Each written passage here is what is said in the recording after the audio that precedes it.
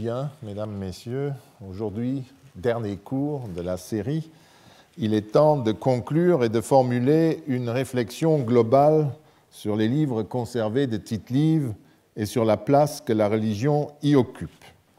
Pour dresser le bilan de notre expérience, qui a consisté à utiliser certains des livres conservés de Tite-Live pour élaborer un petit manuel romain de pratique religieuse, nous n'allons pas répéter ce que nous avons déjà dit au début. Nous ne reviendrons pas sur la démonstration menée par David Levine il y a pratiquement 20 ans maintenant, qui a prouvé qu'il était inutile d'attendre de Tite-Live une confession concernant sa propre relation avec Dieu et la religion.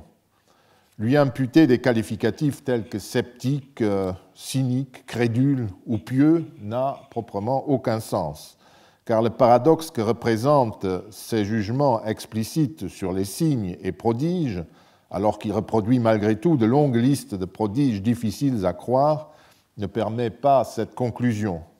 Avec Levine et Liebeschütz, vous vous rappelez ces deux auteurs, nous avons rapproché ce paradoxe apparent de l'attitude habituelle qui était celle des Romains face à la divination. Nous n'allons pas non plus reprendre ce qui a été dit de l'objectif et des bénéficiaires de la piété romaine, ni de l'opposition fallacieuse entre pratique privée et pratique publique qui tente actuellement des chercheurs prédéterminés par une représentation, au fond, chrétienne de la religion, de la pratique religieuse. Nous nous contenterons d'ajouter quelques points de vue supplémentaires aux divers domaines de la piété romaine. Si nous revoyons dans l'ensemble la manière dont les relations avec les dieux sont présentées par Tite-Live, plusieurs données sautent aux yeux. Nous relevons une série d'oppositions qui définissent le bon comportement religieux. La piété face à l'impiété, la piété face à la superstition, comme disaient les Romains, et nous découvrons que la place dévolue aux émotions dans la religion n'était pas du tout la même qu'aujourd'hui. Enfin, en élargissant la perspective, nous devrons, pour conclure, nous demander quelle est la place de la mémoire dans l'attitude de Tite-Live sur la pratique religieuse et surtout, quelle est sa relation avec le présent, avec la naissance du nouvel ordre du Principat qui est en train d'advenir après un siècle de conflits et de guerres civiles, et un processus dans lequel la mémoire du passé joue un grand rôle. Dans son ouvrage sur Tite-Live, David Levine a déjà souligné que le principe fondamental de l'histoire romaine de Tite-Live est que les dieux soutiennent les pieux et abandonnent ou combattent les impies.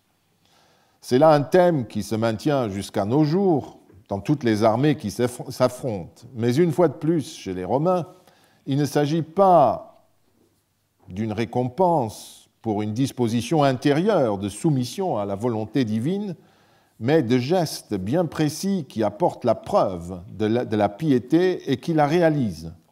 Un personnage comme Job, le Job de la Bible, n'est pas imaginable à Rome. Cette piété est mentionnée tout au long du récit et s'exprime longuement dans les cas exemplaires de piété et d'impiété. Et comme toujours, Tite-Live, comme on l'a maintes fois vu, et comme Levine déjà le soulignait, crée à des moments cruciaux un grand exemple qu'il développe en un chapitre ou deux d'un pieux ou d'un impie. Les grands exemples viennent après les livres sur la fondation de la République. Le premier grand discours qui est fait sur la piété est lié à la volonté de certains Romains, en 390 avant notre ère, d'abandonner Rome après le sac par les Gaulois en 390. Comme il convient à Rome, le dictateur Camille, celui qui a chassé les Gaulois, qui respectait de façon très méticuleuse les obligations religieuses, saisit le Sénat des devoirs qu'il fallait accomplir à l'égard des dieux. On sait qu'à Rome, en effet, tout débutait par les dieux et les devoirs qui leur étaient dus.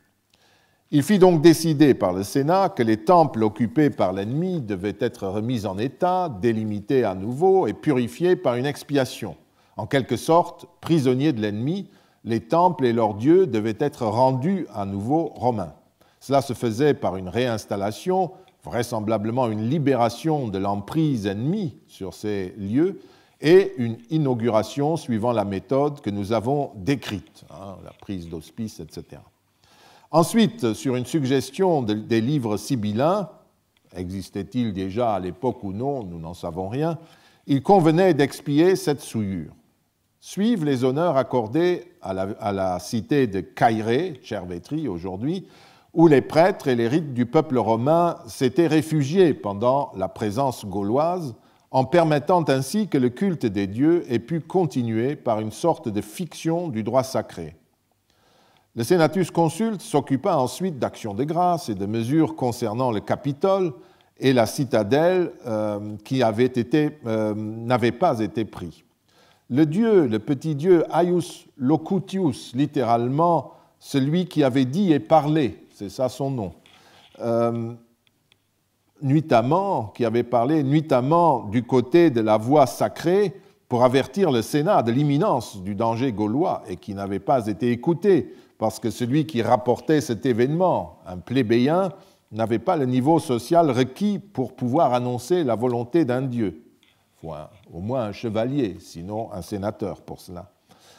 Eh bien, on expia cette coupable négligence et on consacra un temple au petit Dieu dont l'action, vous le voyez, se réduisait à cette action ponctuelle. Il a dit et parlé, c'est son nom et c'est son action, et qui quitte d'ailleurs l'histoire romaine à partir de ce moment. Nous n'entendons plus jamais parler de lui. Passons sur les autres mesures pour nous occuper donc du discours de Camille qui suivit, parce que les tribuns de la plèbe essayaient de pousser la plèbe à émigrer à Veille, Veille défaite et détruite par les Romains, comme vous avez vu aussi, toujours par le même Camille. Camille insiste en effet sur le lien entre la défaite et la catastrophe et le respect des obligations religieuses. Celles-ci avaient été négligées, en fait, à plusieurs reprises depuis le début de la guerre. Et comme Camille s'écrit « Considérez les événements heureux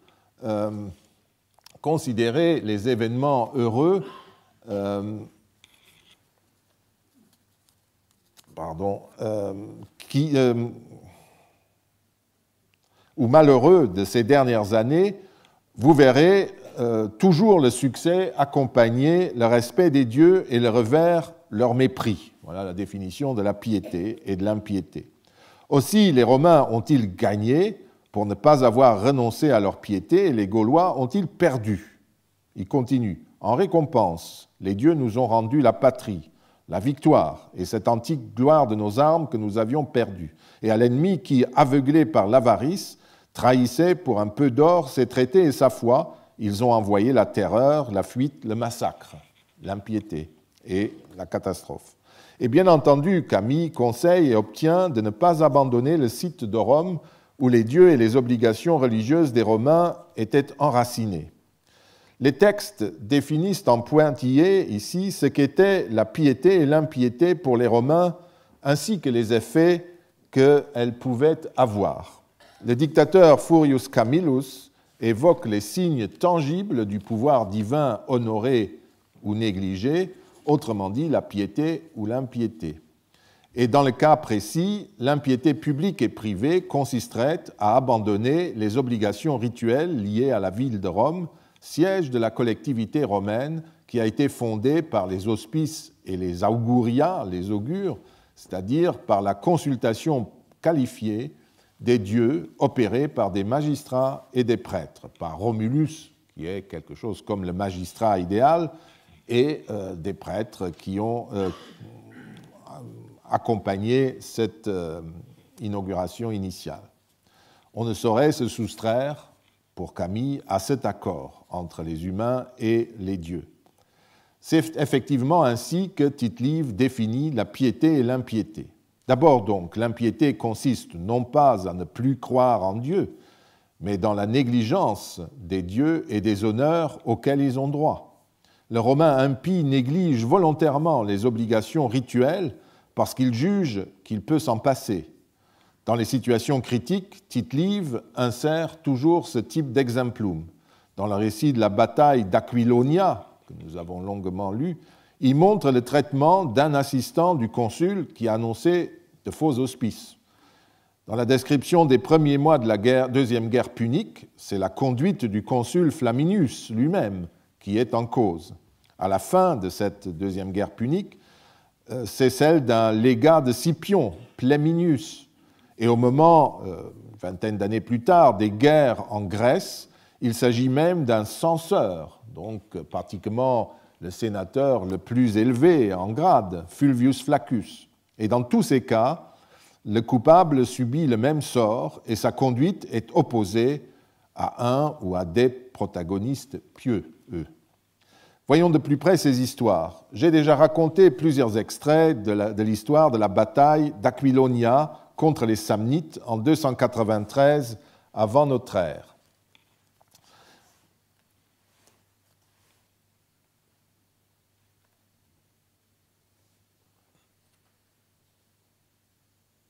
Ça va mal.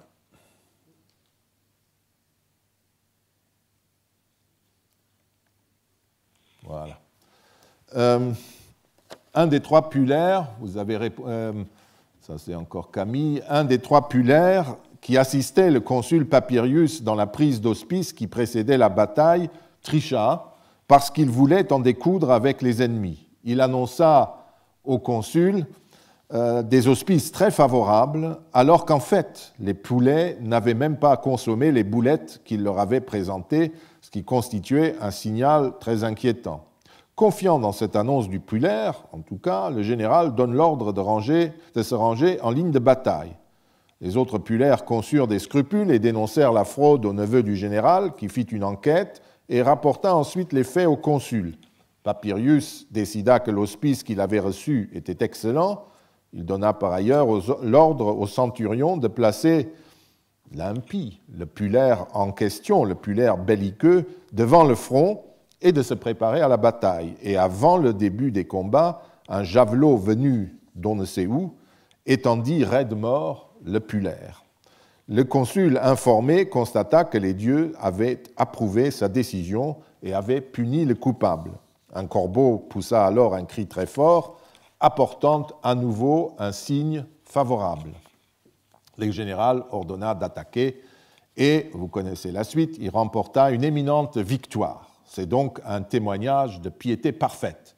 Papirius est un homme pieux, profondément pieux, par sa constance, et le pulaire, évidemment, était un criminel, un impie. L'infraction rituelle grave et intentionnelle se retrouve chez un chef d'armée, le consul de 249 avant notre ère, Publius Claudius Pulcher, qui aurait violemment réagi au retard causé par le manque d'appétit manifesté par les poulets divinatoires. Ça se passait sur un bateau, c'est des batailles navales à l'époque, et il aurait jeté leur cage à la mer avec la fameuse formule « qu'ils boivent s'ils ne veulent pas manger ». Enfin, malheureusement, nous n'avons pas, je parie que Tite-Live a longuement développé cette histoire des poulets qui sont envoyés à la mer, mais que nous n'avons pas, puisque nous n'avons que ce petit résumé. Et à l'époque où étaient faits ces résumés, le monde était en train de changer et les chrétiens n'avaient pas besoin d'exemplats sur la religion romaine. Donc, en général, ils coupaient ça de ces passages de leur résumé. Mais si nous avions le texte de Tite-Live, je suis sûr que ce serait aussi développé que l'affaire de Camille, de Papirius ou de Gaius Flaminius. L'infraction rituelle du grand contenteur des dieux, Gaius Flaminius, est beaucoup plus grave et très développée. Là, nous avons le texte original. Hannibal, qui descendait en 217 le long de l'Adriatique, et qui connaissait le caractère impulsif du consul Flaminius, ne cessait de le provoquer et de l'attirer dans un combat et dans un piège, en dévastant les fermes et les villes de la vallée ombrienne où était installée la clientèle politique de Flaminius, ce sont des colonies. Or, Flaminius avait dû se rendre à Rome en vue de sa réélection comme consul, comme ça se faisait à l'époque. À Rome, il n'avait pas que des amis et il craignait que l'on empêche de retourner auprès de son armée en retardant les procédures d'entrée en fonction. Impatients d'en découdre avec les Carthaginois, vous voyez que c'est d'ailleurs toujours des gens comme le Puller qui sont belliqueux, qui ont envie d'en découdre, et ils oublient tout le reste. Donc il quitta Rome dès qu'il fut investi de sa fonction, sans assister au Nouvel An, à la procédure des vœux réguliers pour le salut du peuple romain, sans annoncer et célébrer les féries latines sur le mont Albin, et sans prononcer les vœux de départ traditionnels au Capitole. C'est en tout cas ainsi que son comportement est décrit. Nous avons parlé de ces procédures et nous retiendrons juste que les Romains jugèrent que le bouillant consul portait la pleine responsabilité de la catastrophe du lac Trasimène près de Cortone, où Hannibal réussit à l'attirer dans un piège et à le tuer avec son armée. En 204, nouvelle impiété, la colonie de Locre, dans le sud de l'Italie, pointe de la botte, protesta contre les exactions terribles perpétrées par Quintus Flaminius, un légat de Scipion l'Africain, et que ce dernier avait dans un premier temps absous de ses critiques. Les Locriens vinrent à Rome pour se plaindre alors directement au Sénat. Dans leur discours entièrement développé par Tite-Live, ils attirent notamment l'attention sur un sacrilège commis par Flaminius et ses hommes. Non seulement ces derniers avaient cruellement puni les Locriens qui avaient auparavant rejoint le camp carthaginois, mais ils avaient également pillé le vieux temple de Proserpine, qui appartenait à cette cité.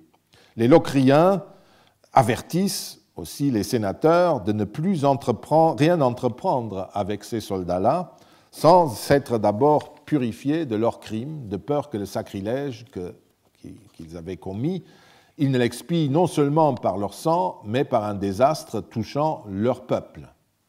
Ils considèrent donc que les Romains, dans leur ensemble, sont responsables du sacrilège, du vol d'objets sacrés, ce qui est typique, parce qu'un particulier ne peut, à la limite, ou même un groupe de particuliers, ne peut pas s'engager pour l'ensemble. Celui qui est responsable en cas de destruction et de vol d'objets d'un dieu, ce ne sont pas ces quelques individus qui ont fait cela, c'est le peuple dans son ensemble. Et c'est très intéressant pour raisonner sur la place de l'individu dans la religion romaine. Mais passons. Au cours du débat qui suivit, les sénateurs décidèrent de faire arrêter finalement Flaminius et de le ramener à Rome pour y être jugé, de réparer les dommages causés aux Locriens et de les traiter désormais en alliés et en amis. Les tribuns devaient faire déposer son commandement à Scipion, on était allé même jusque-là, et pour ce qui nous intéresse, l'or volé à Proserpine serait rendu au double, et surtout, on ferait une cérémonie expiatoire après avoir demandé au collège des pontifes pour le déplacement, l'ouverture, la violation de ce trésor sacré, quelle expiation, à quel dieu et avec quelle victime il convenait de les faire. Un forfait du même type fut commis une vingtaine d'années plus tard, en 174, avant notre ère, quand le censeur Quintus Fulvius Flaccus, voilà, je vous donne le texte français, quand le censeur Quintus Fulvius Flaccus fit enlever, à peu près dans la même zone qu'à Locre, à Crotone, une colonie romaine depuis 194, quand le censeur Quintus Fulvius Flaccus fit enlever donc à Crotone les tuiles en marbre du toit du temple de Junon Lacinia et les fit transporter à Rome où elles auraient dû servir pour couvrir le temple de fortune équestre qu'il voulait y faire construire. Le Sénat, à nouveau, s'en émut quand il l'eut su, blâma le censeur et fit remplacer les tuiles. Il les fit ramener, mais malheureusement, on ne trouvait pas d'artisans sur place pour les remettre sur le toit. Si vous avez vu une tuile de marbre, c'est des objets comme cela, épais comme cela, il faut une grue pour les soulever. Donc, c'était un beau sacrilège. Apparemment, le censeur ne fut pas autrement puni, mais il finit fou, le pauvre homme, peu après, raconte Tite-Live. Un troisième cas d'impiété porte sur le manquement volontaire au code élémentaire des relations sociales, notamment à la parole donnée et à la bonne foi. Ce sont bien entendu les ennemis qui volent ce code en rompant les traités ou en manquant à la parole donnée, car les Romains sont décrits comme le peuple de la bonne foi, de la fides. Jupiter lui-même a à ses côtés, au Capitole, un temple de fides, de la bonne foi. Et lui-même, son vieux nom, c'est Dius Fidius, Jupiter loyauté, en quelque sorte. Certes, une telle formule est placée chez Tite-Live dans la bouche d'un ennemi, Nabis. Vous voyez sa citation, Nabis, le roi de Sparte. Mais cette formule exprime, je crois, sans ironie, ce qui était un vrai mot d'ordre romain.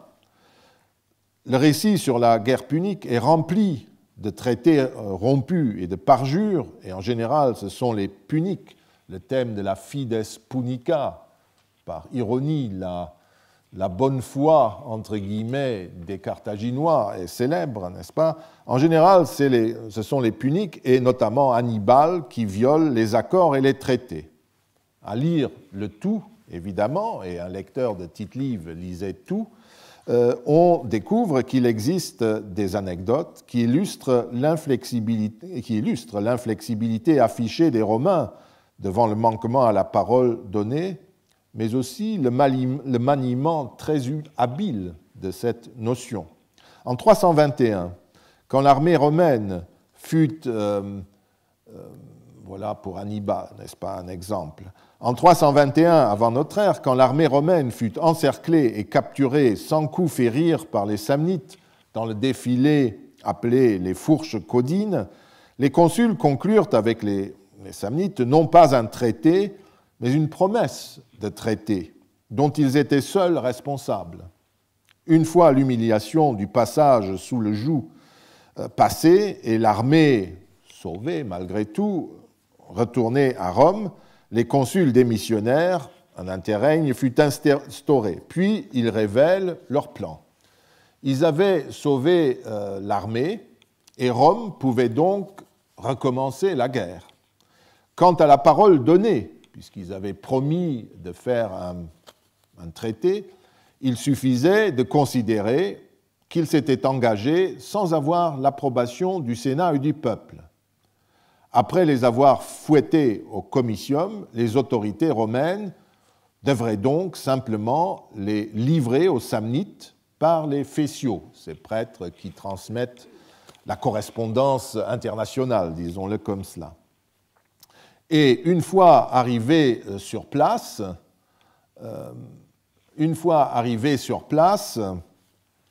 eh bien, quand ils sont remis aux Samnites, l'un des consuls, ils sont livrés parce qu'ils avaient fait une promesse qu'ils ne pouvaient tenir. Donc les Romains disaient, nous, ça, on ne reconnaît pas ça, et ils sont parjure, on vous rend, vous en faites ce que vous voulez.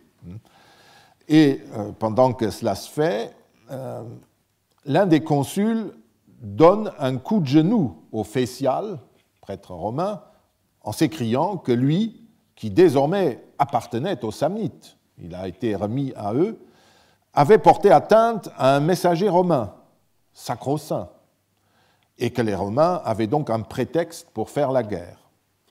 La réponse du chef samnite est cinglante, il souligne la perfidie évidente des Romains et leur pratique étrange de la bonne foi, à la parole donnée. À nos yeux, évidemment, le chef Pontius, le samnite, a raison. Les Romains agissent avec une mauvaise foi évidente, et notamment les deux consuls. Il faut toutefois considérer de nouveau que dans cette civilisation ritualiste, le jeu avec les éléments formels est la règle. Les Romains exploitent de façon extrême ici l'espace du formalisme, en se donnant même un motif légitime pour entrer à nouveau en guerre. Et le chef Pontius, le chef des Samnites, qui comprend très bien ce qui est en train de se passer, ne peut rien faire. Il est lui-même lié.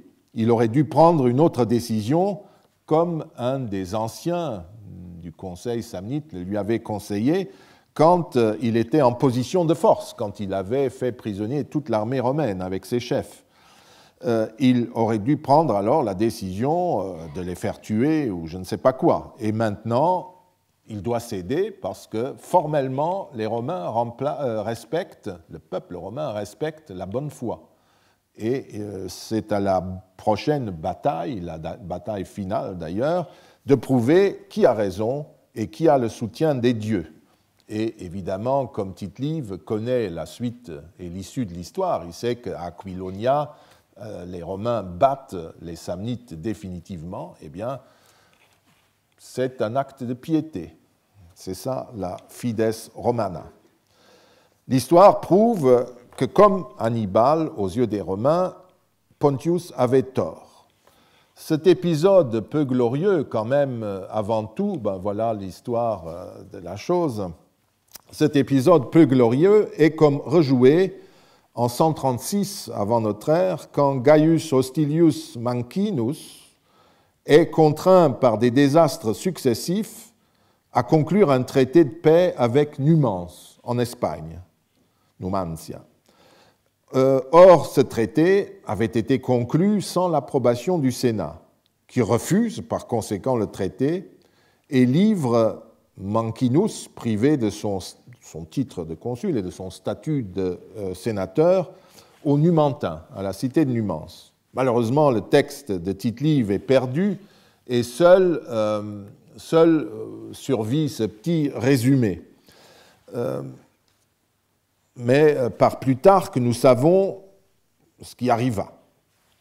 Nous savons que Mancinus fut attaché nu devant les remparts de Numance, et on fit savoir qu'on leur remettait le coupable, le parjure, et il y restait pendant 3 jours, puisque les Numantins refusèrent de le recevoir. En fin de compte, il fut détaché et retourna à Rome, où il continua apparemment à vivre et fut même autorisé à se représenter plus tard aux élections, rentra de nouveau dans le Sénat et devint même préteur. Après cela, sa trace se perd. Donc Mancinus, comme les consuls de 320, illustre un aspect de la rupture de la parole donnée. La communauté dont est originaire le coupable, qui est la seule, je vous le répète, comme pour le sacrilège, qui est coupable quand la parole donnée est violée, quand un dieu est lésé, remet ce dernier, donc le coupable, à la partie lésée pour qu'elle se fasse justice. De la même manière, après tout, qu'à Aquilonia, Papirius expose à la vindicte des dieux le pulaire qui avait offensé leur majesté en mentant. C'est le même processus que pour les 2 consuls des Fourches Codines, pour Mancinus, eh bien, au lieu de remettre le coupable à la partie offensée humaine, dans ce cas-là, Papirius la remet à la partie divine qui a été offensée. Et vous savez qu'un coup de javelot venu d'on ne sait où a tué la tête coupable, comme dit Tite-Live. Mais la manipulation des rites n'est pas toujours le fait des autorités romaines. Parfois, ils sont quand même plus incisifs, même s'il y a des hésitations. Après la bataille de Cannes, en 216, un énorme désastre, Hannibal envoya une délégation de prisonniers faits à Rome pour présenter les termes d'un accord concernant le rachat de cette foule de prisonniers. L'un de ces prisonniers, qualifié par Tite-Live de bien peu romain, imagina un stratagème pour échapper à la parole donnée de retourner au camp d'Hannibal après sa mission à Rome. Il quitta avec les autres le camp, mais y revint pour prendre quelque chose qu'il prétendait avoir oublié et se jugea quitte de son serment de revenir au camp. Le Sénat ne fut pas de cet avis et estima qu'il fallait le faire retourner de force au camp carthaginois. l'affaire n'en resta pas là. Apparemment, les Romains étaient moins unanimes sur la conduite à suivre. Ce qui montre, et c'est l'autre texte qui... oui, ça c'est le texte qui le concerne, mais il y eut une suite. Les Romains pensaient que le respect de la fides n'était pas toujours aussi, d'après les Romains, n'était pas toujours aussi inébranlable que Tite-Live le prétend. 2 années plus tard, l'affaire fut à nouveau évoquée devant les censeurs. Vous savez que les censeurs romains faisaient aussi un examen de la moralité politique, et publique et privée des citoyens, d'où notre mot, les censeurs, hein, des mœurs, etc.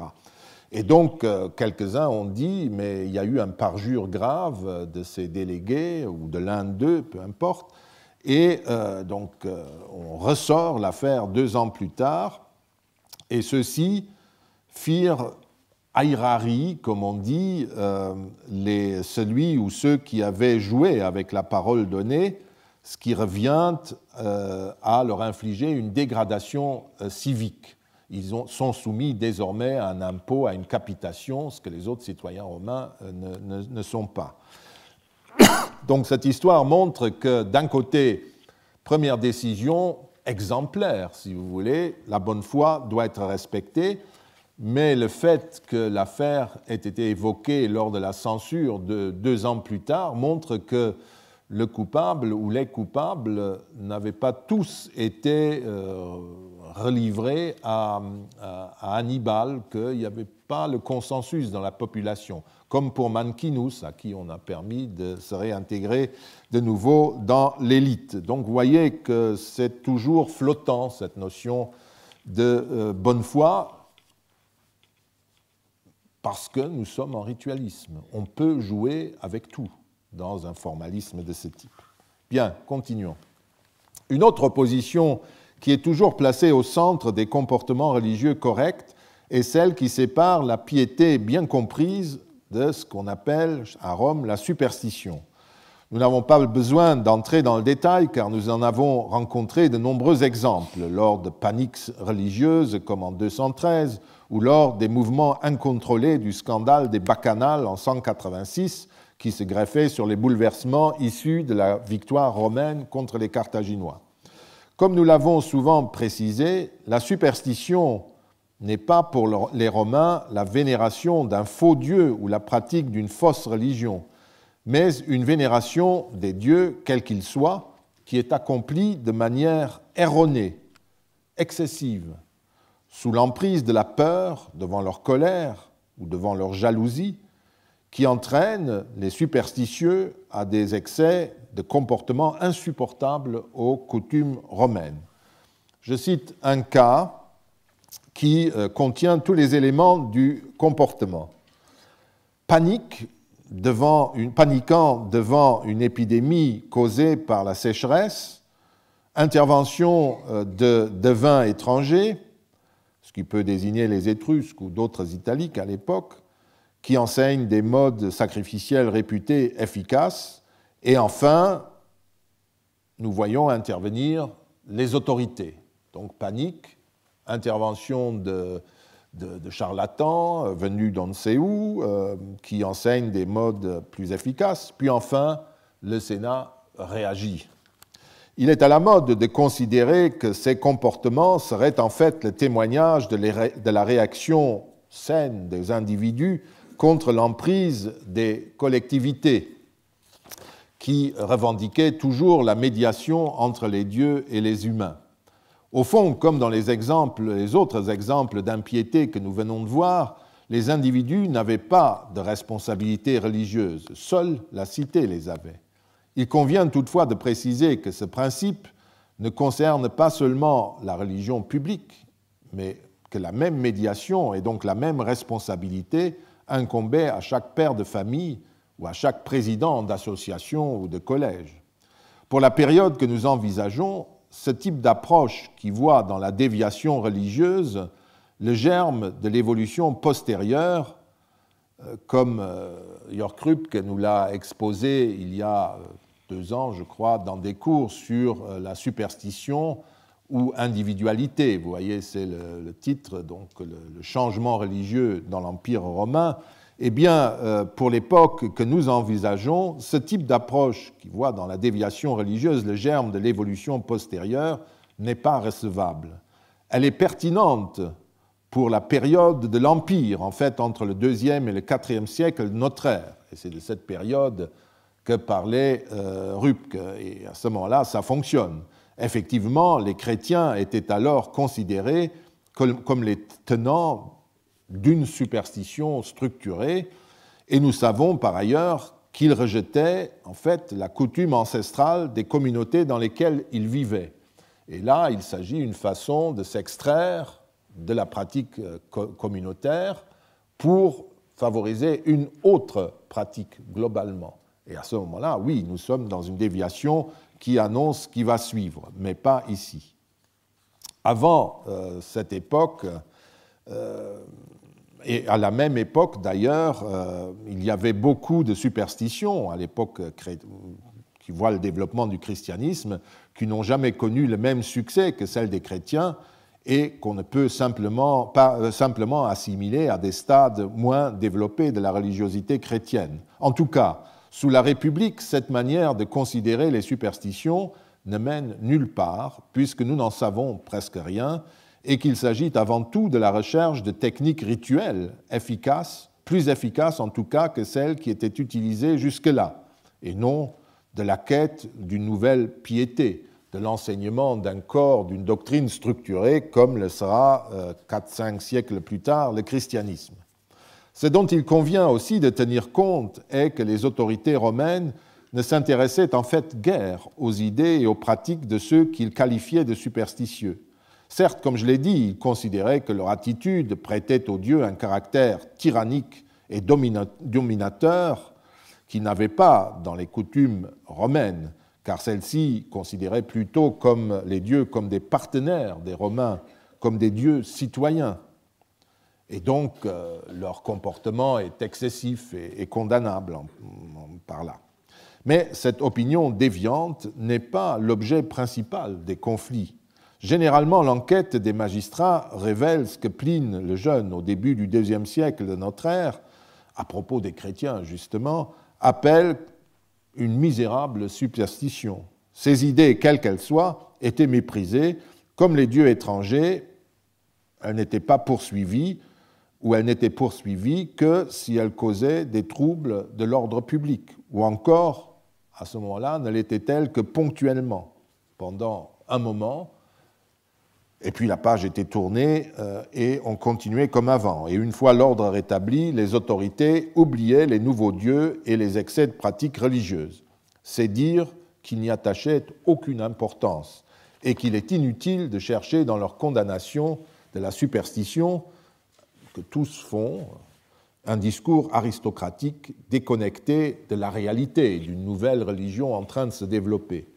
Il fallait, pour avoir ce jugement, une autre conception de la religion que celle des Romains de l'époque.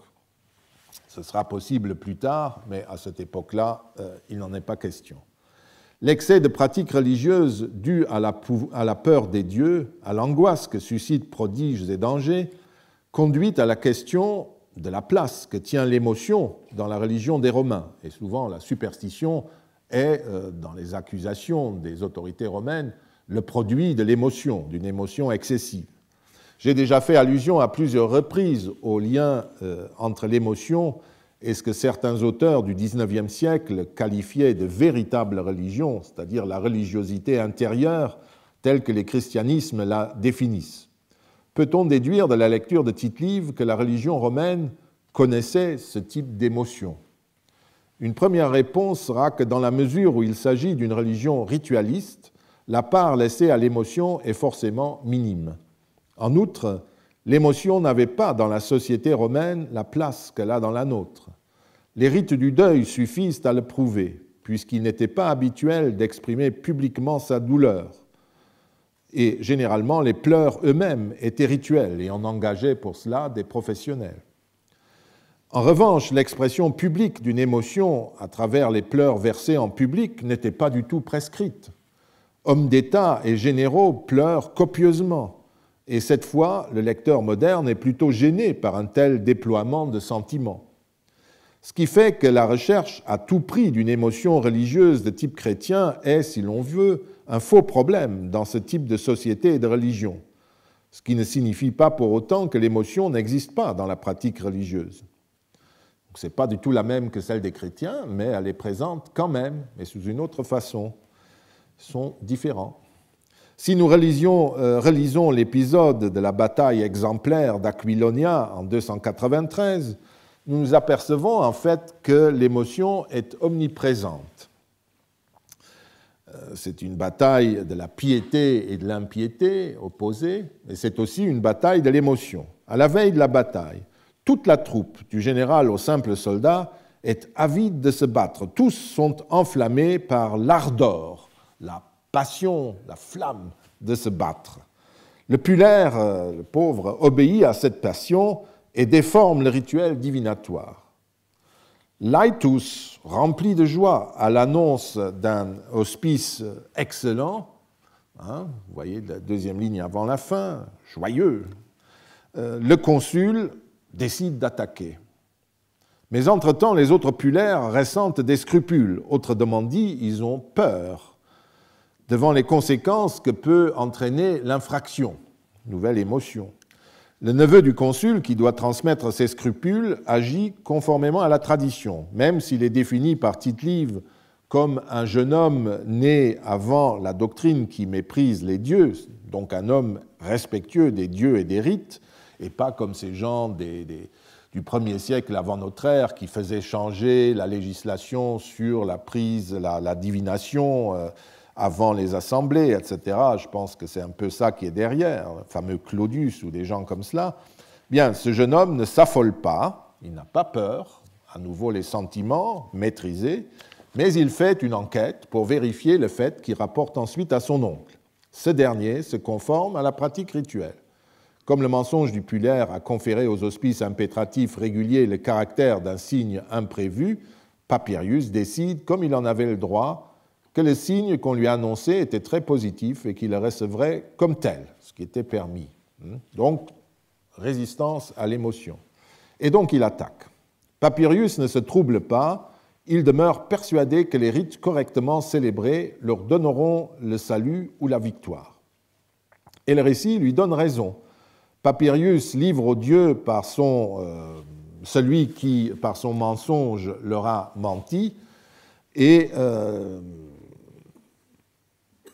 les dieux se font justice avant la bataille même et envoient en outre un deuxième signe favorable. Et le consul, à nouveau, est saisi par la joie, laetus augurio, tout joyeux à ce signe envoyé, et il constate que les dieux le soutiennent. Dans son récit, Valère Maxime, qui prend ces choses souvent chez Tite-Live et qui raisonne de la même manière, c'est un auteur de l'époque du début de l'Empire, de notre ère, donc, Valère Maxime insiste notamment sur la confiance de Papirius, fidente animo, l'âme remplie de confiance, de foi dans la parole des dieux.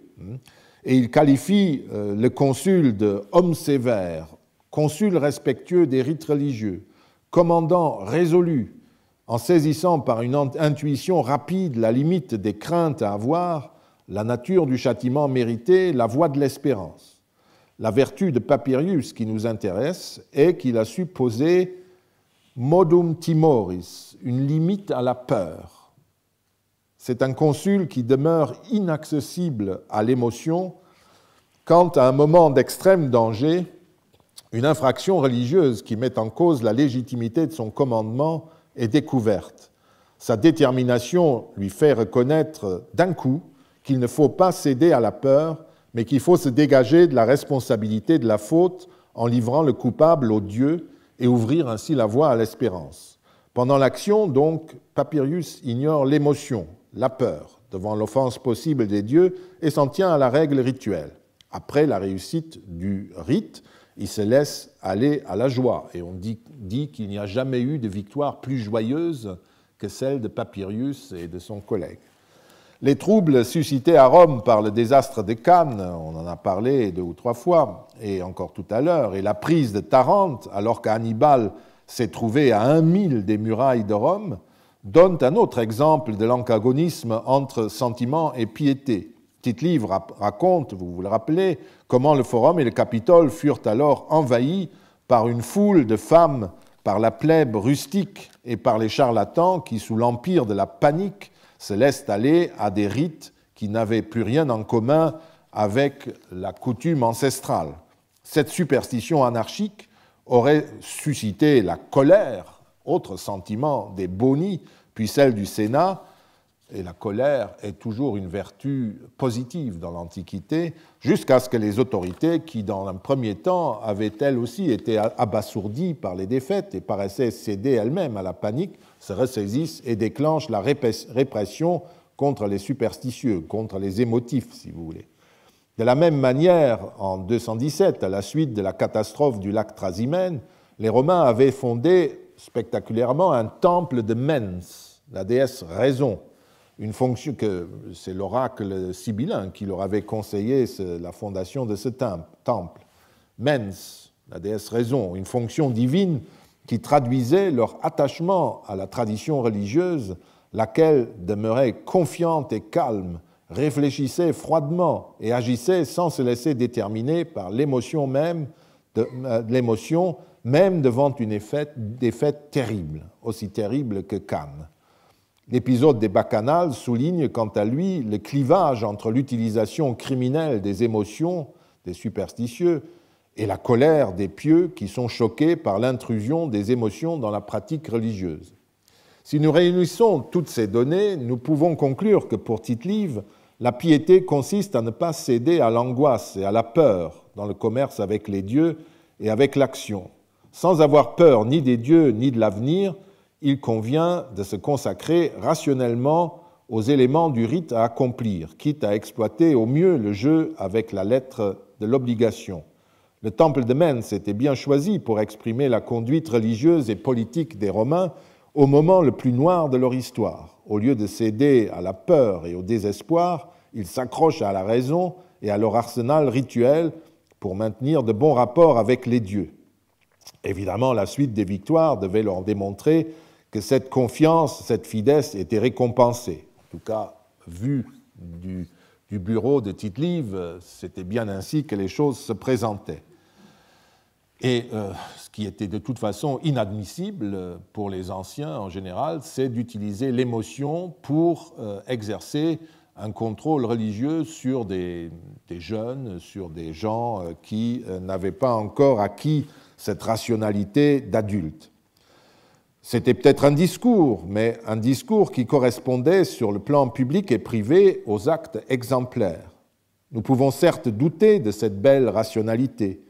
Dans certains cas, les héros romains ont dû être moins glorieux et nettement plus timorés et émotifs. Mais c'est une norme que Tite-Live célèbre, une conduite qui a conduit les Romains à la domination de tous les autres, et non une description précise de toutes les conduites religieuses possibles.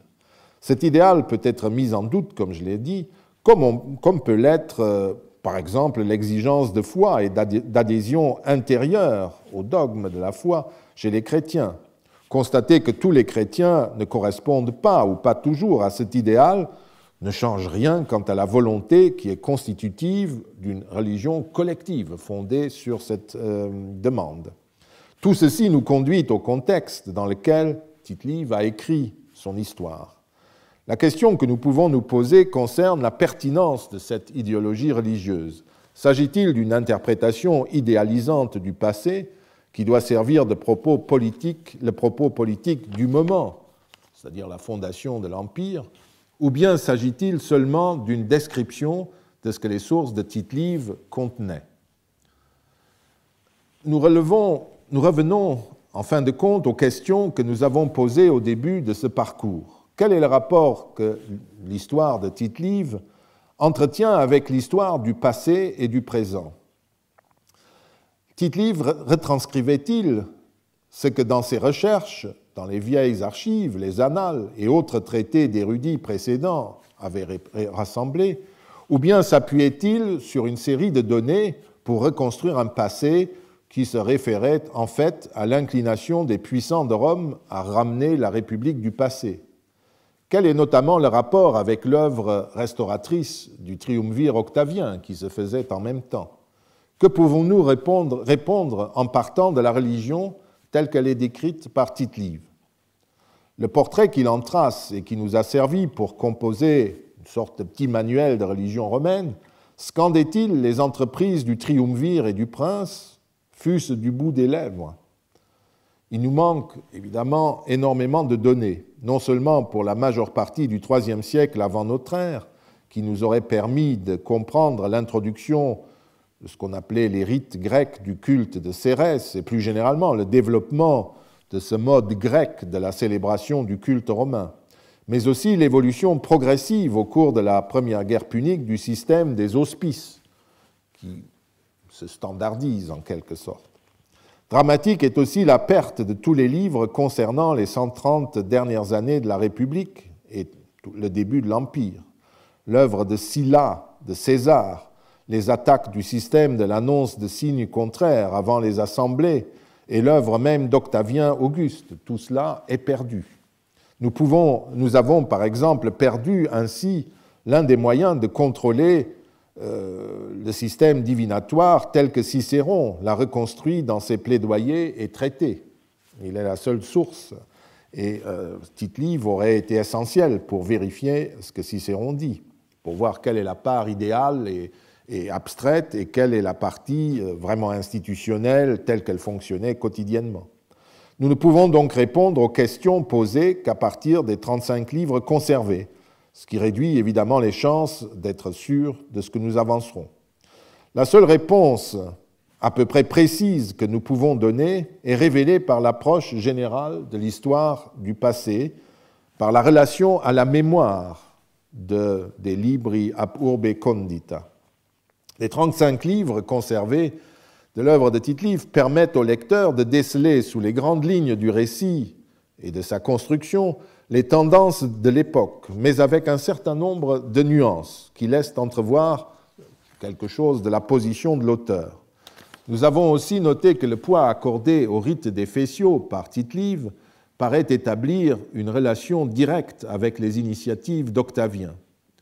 Nous pouvons ainsi inscrire l'histoire romaine de Tite-Live dans le cadre des lieux de mémoire romains tels qu'ils ont été définis depuis les mnémotopes de Jan Assmann au lieu de mémoire de Pierre Nora, de ces livres dirigés par Pierre Nora, en passant par l'art de la mémoire de Francis Yates. Tite-Live a recours en effet à une série de ces monumenta au sens étymologique, quelque chose de proche des lieux de mémoire pour formuler des énoncés importants concernant la civilisation et l'histoire romaine.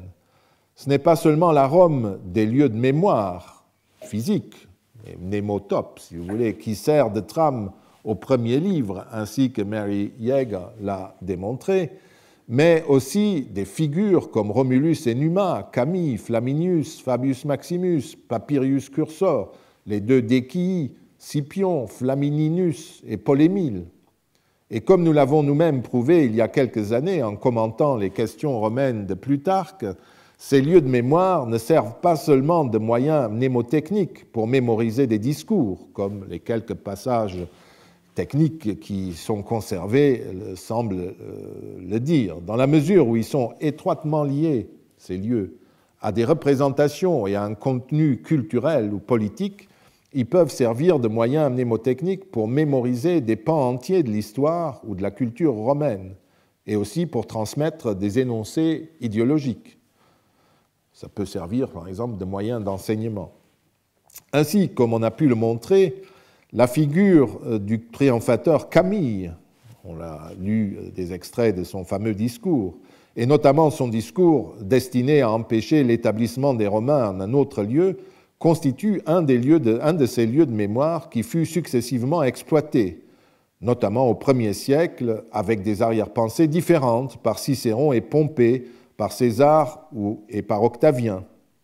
Est-ce à dire que Tite-Live adopte le point de vue du dernier, d'Octavien? Sans doute non. Comme les autres grands hommes romains, dont nous trouvons aussi les statuts et les éloges au Forum d'Auguste, Camille faisait partie de l'héritage idéologique de tous les Romains, et il était en quelque sorte normal que l'historien s'en serve.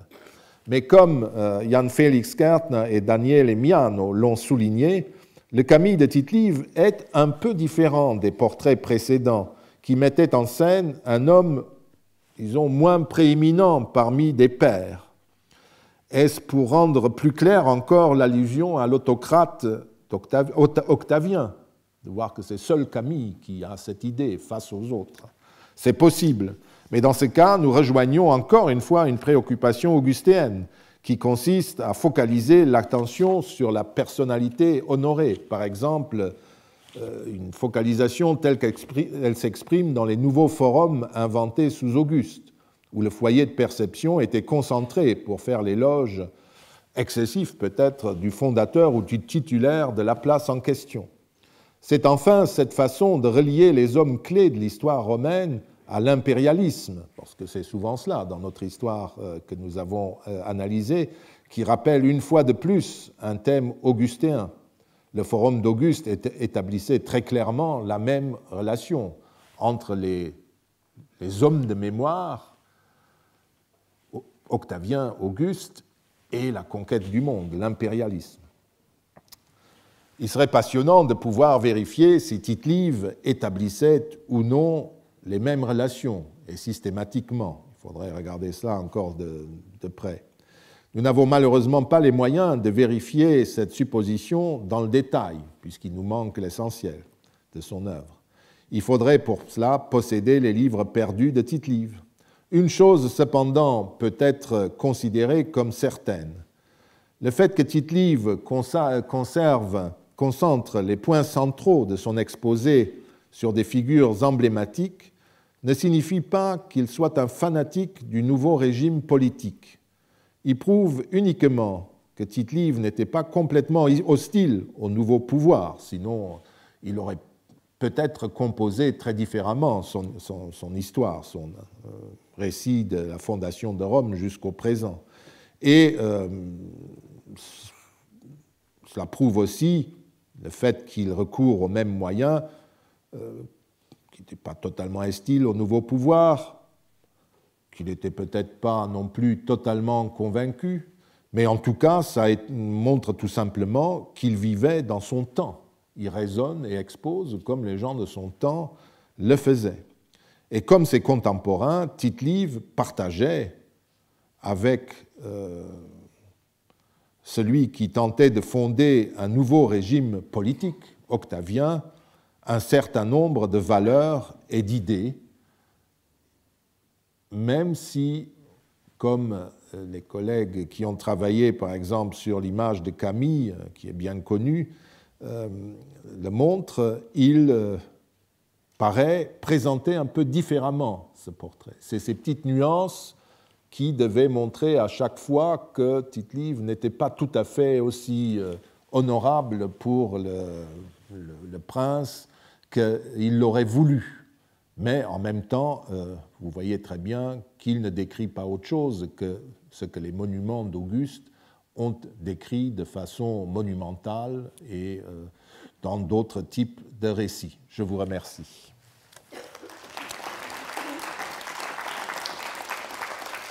Et je vous rappelle que c'est donc le dernier cours. Je vous libère.